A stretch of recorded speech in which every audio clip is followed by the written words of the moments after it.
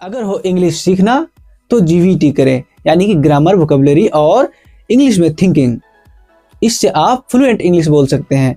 अगर fluent English बोलना है तो अभी स्पीक इंग्लिश चैनल को सब्सक्राइब करें। इंग्लिश में आपका स्वागत है। चलिए आज हम लोग सीखेंगे कंजंक्शन। टेंस खत्म हो गया है, अब हम लोग ये सीखेंगे छोटे छोटे सेंटेंसों को बड़ा रूप कैसे दें, यानी कि दो सेंटेंस को जोड़े कैसे। तो जोड़ने वाले माध्यम को कंजंक्शन कहते हैं। जैसे सिंपल सी बात है कि जहां से ट्रेन खुलती है, यानी कि जिस जगह से वहां, उसको क्या कहते हैं, रेलवे का जंक्शन। यानी कि वहां से दो ट्रेन इधर से उधर जाती है, उसको जंक्शन कहते हैं। जोड़ने वाले स्थान को जंक्शन कहते हैं। ठीक है, तो चलिए शुरू करते हैं। कंजंक्शन क्या होता है फ्रेंड्स? जो दो वाक्यों को जोड़े। जैसे देखिए, राम और श्याम पढ़ता है। क्या? राम और श्याम पढ़ता है।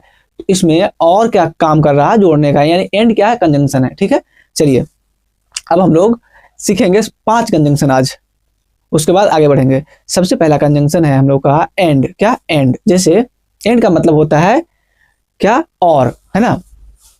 देखिए, राम खेल रहा है और श्याम पढ़ रहा है। कैसे बनाएंगे फिर? दो सेंटेंस है, राम खेल रहा है और श्याम पढ़ रहा है। देखिए दोनों क्या है? प्रेजेंट कंटिन्यूअस टेंस है, तो टेंस आप लोग सीख चुके हैं, तो इसमें दिक्कत नहीं होगा।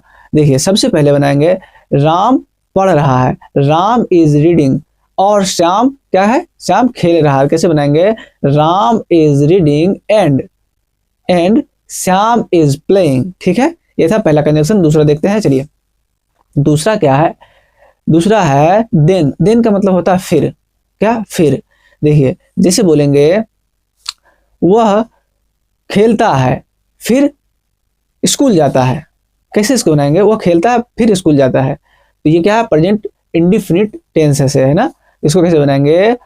वह खेलता है फिर स्कूल जाता है।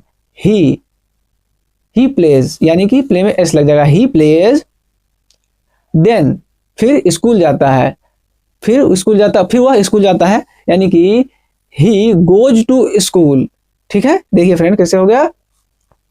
ही plays then he goes to school, यानी कि एक बार में एक सांस में बोलते हैं तो लगता नहीं बहुत फ्लुएंट इंग्लिश बोल रहे हैं, लेकिन किसका कमाल है? ये कंजंक्शन का कमाल है, ताकि ऐसा लग रहा है आप लोग को लंबा सेंटेंस हो गया। दो सेंटेंस को मिला देंगे तो जोड़ने का काम कंजंक्शन कर रहा है। देखिए जैसे हम लोग को तीसरा देखना है। तीसरा कंजंक्शन क्या है? बट का मतलब क्या होता है? लेकिन। जैसे मैं पढ़ता हूं लेकिन तुम खेलते हो। मैं पढ़ता हूं लेकिन तुम खेलते हो, तो कैसे बनाएंगे?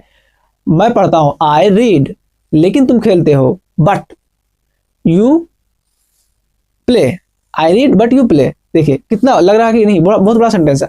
I read but you play, मैं पढ़ता हूं लेकिन तुम खेलते हो। देखिए फ्रेंड्स, अब हम लोग देखेंगे क्या?